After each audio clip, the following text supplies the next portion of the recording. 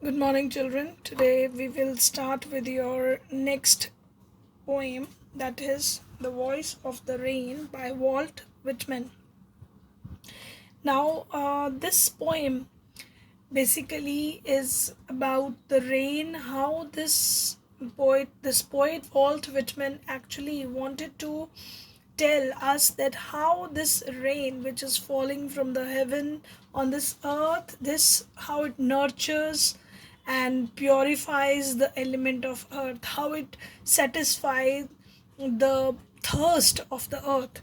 So we all know that what important role rain plays in our life, and since our childhood, children, we know that rain occurs, the water cycle. We study in science that how this water cycle occurs. So all of you are well known about this water cycle on this earth.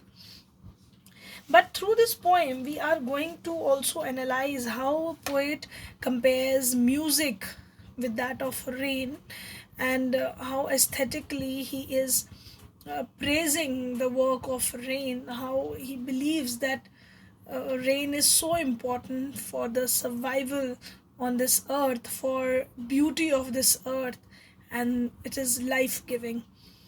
So basically, the poem is nature inspiring people to be nature lovers, people to be careful about environment, and sensitize them to be friendly towards nature and not to disturb the environment. Let's analyze the poem. I will be telling you later. This word meanings will be given to you side by side, so keep on understanding that. And also the explanation of the lines would be done, and later summary would be discussed with you.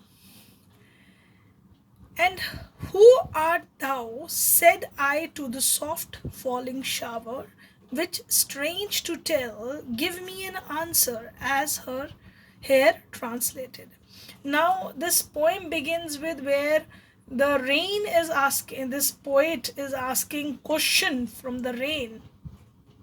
This is the whole poem is the answer, how this to a question which is asked by the poet to rain, that who are you, who art thou. Thou is the old form of English, which means you. The poet is questioning here, who are you, to rain.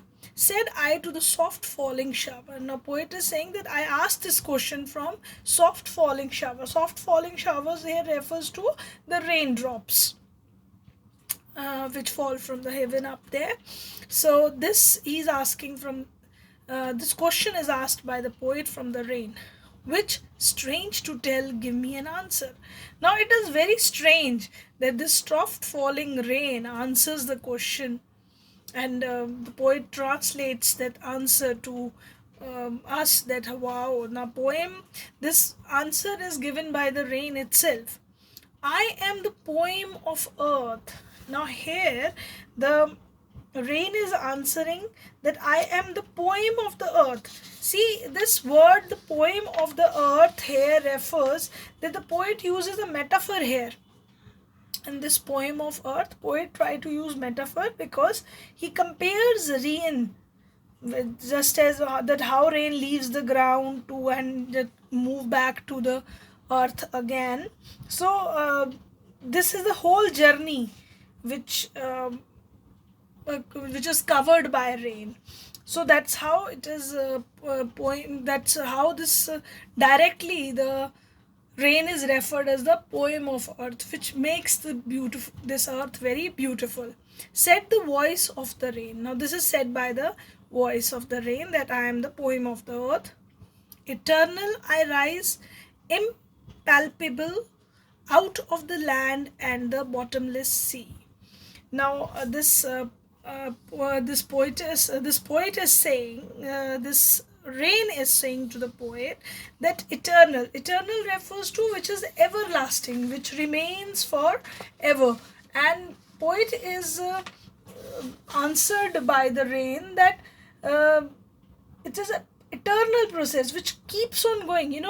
rain fall from the heaven, it comes on the earth, evaporates again, again going to the sky, formation of clouds, again coming to the earth. So this cycle of water keeps on going, eternally means it keeps on going, without any ending, it is everlasting.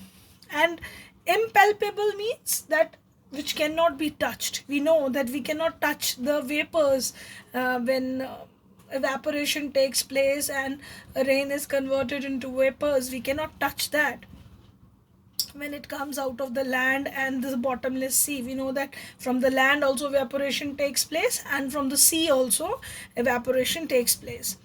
Upwards to the heaven whence vaguely formed, altogether changed and yet the same. Now rain is saying that it goes up to the heaven, up in the sky, whence vaguely formed, where it is unclearly. Vaguely refers to unclearly it is formed. You know that clouds are formed there, altogether changed and yet the same. Although this phenomena changes the form of rain, it evaporates the vapors, forms the cloud, but see the consistency, the form of water remains the same. It is H2O only, it does not change, so it remains the same. The descent to the lave, the draughts, atomies, dust layers of the globe, and then again this rain descends to lave the draughts. It comes down on the earth to wash the draughts, because wherever there is dryness, draughts are there.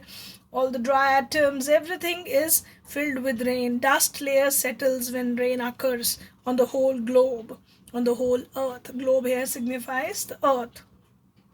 And all that in them without me were seeds only latent unborn. And then what happened? This when this rain comes down on the earth and it is poured on the earth, the life occurs. No, it helps to germinate the seeds, and which are to be born, which these seeds which are going to be born, they this latent means these are the hidden in the seed, there is hidden, they are unborn, and this life started nurturing on earth when this seeds germinates, when rain fall on it.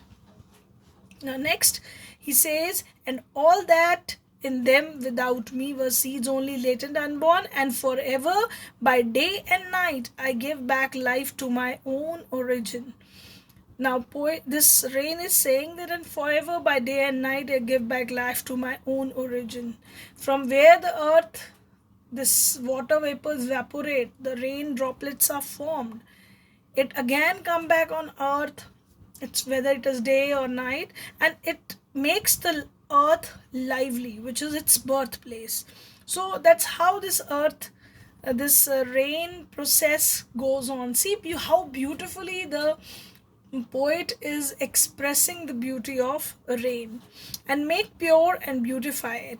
And when we know that when rain falls on earth, everything becomes so fresh, so beautiful, and though dust is not there anywhere, clean weather, environment clean, so this makes the earth very beautiful, and that's how rain makes it, our earth, pure and beautified. Now, these last two lines, the poet is trying to tell you the meaning, this comparison of rain with music, with songs which are sung by anyone, or the music formation. Now, let's understand that comparison. For song issuing from its birthplace, after fulfillment, wandering, wrecked or unwrecked, duly with love returns. Now here this poet wanted to tell us that how this music is similar to rain. When we know that when the song is created by a singer, he creates a song, what it obviously, any music it is created, what happened, it is from the heart of the singer. Any music composed is from the heart of the singer, where he creates its imagination or anything, and then whether anyone is listening to it or not, or whether anyone is appreciating it or not, but what at least it is doing, it is returning back to the ears of that singer only. And when you sing music, it gives a satisfaction, a kind of happiness to the listener also. So no matter anybody is appreciating that music or not, whether it is liked by anyone or not, but at least the person who is singing that music, or at least who is creating that music, he is satisfied with that work done by him or her, and then that gives a kind of satisfaction. The same thing occurs with the earth, this rain also, because rain is doing its work. It is converted into clouds and then coming back to earth. It gives us a rain and makes the earth beautiful place to live in. In return, rain does not want any kind of rewards or awards, but it is doing its work quietly and satisfied that she completes the circle of life, goes from earth up to the heaven and again coming back to its birthplace. Same thing happened with music, that a person who sings a song, anybody is appreciating it or not, but the song returns to its ears, and then he appreciate the music. So that what the poet wanted to convey through this poem to us, which involves this, shows that uh, this rain is a continuous process where it creates greenery on this earth. The dull life of earth changes, it rejuvenates, transforms the earth. So this is what the poet wanted to convey through this poem, that rain and music, which are parallel to each other, both make us happy, both thrilled us. When rain occurs, everyone feels very happy to see the rain falling, and definitely it satisfied the thirst of dry earth everywhere. So that is how this poem is, and this is the beauty of the poem. Now I will be showing it to you few word meanings which I have written in the notebook, which you will be doing it in the homework as well. Apart from that, you will be uh, writing the summary. So these are the word meanings, very less because the poem is very short. So you are going to write down these word meanings in your notebook. Apart from that, a summary is given to you about this poem, which you will be writing down in your notebooks. Definitely I'll be sending you the picture of this, uh, and one part of this is here, which I have written it here, so you people are going to write it down there. Now, a few more things let me discuss with you in this session of lecture. Now, in this poem, children, many poetic devices are used here by the poet. First, we will talk about the poem, where the poem is mentioning itself, and this rain is mentioning itself as the poem of earth. It is not comparing itself, but it is simply referring itself as a poem of earth. So it is a metaphor here. And another thing is that where the rain is answering a question of the poet, it's strangely rain also act, it is being personified here, as if it is a human being which who is uh, answering the question. So two of the figure of speeches and this poetic devices are used here. That is, first is the metaphor for the earth, this poem of earth, which is the rain referring itself, and another thing is it is saying something as if a human being is saying something, so it is a personification. So next is there is a simile here in the last line where music is being compared with rain. So it is a simile here. And next poetic device here used is hyperbole, where this poet is referring sea as bottomless sea. We know that sea is not bottomless, there is a bottom. But what poet wanted to this what is this word is signifying? It is signifying that very very deep sea. So for that the poet has used the word bottomless. Actually, though, it is not. So that kind of statements are hyperbole when we highlight something very elaborately to make the impact very impressive. Next is imagery used in the poem, that is for the soft falling showers, where when imagery is the thing, when we use imagery in the poem, that means we are creating that image in our mind. When I talked about soft falling shower, you might have created an image of rain in your brain.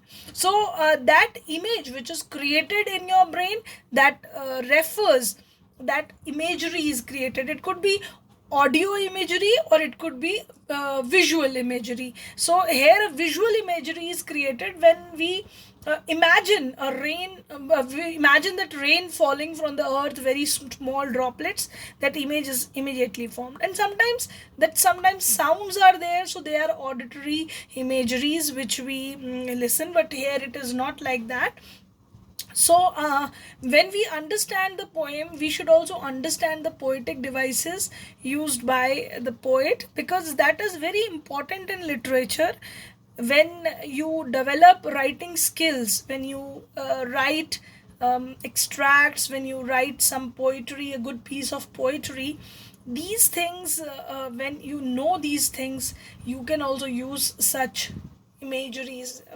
Generally the poem is a sudden feeling which comes out in our mind, and we create this we create poems, and this is written in different forms. So it is very important to learn and understand different type of poetic devices used by the different poets in different poems.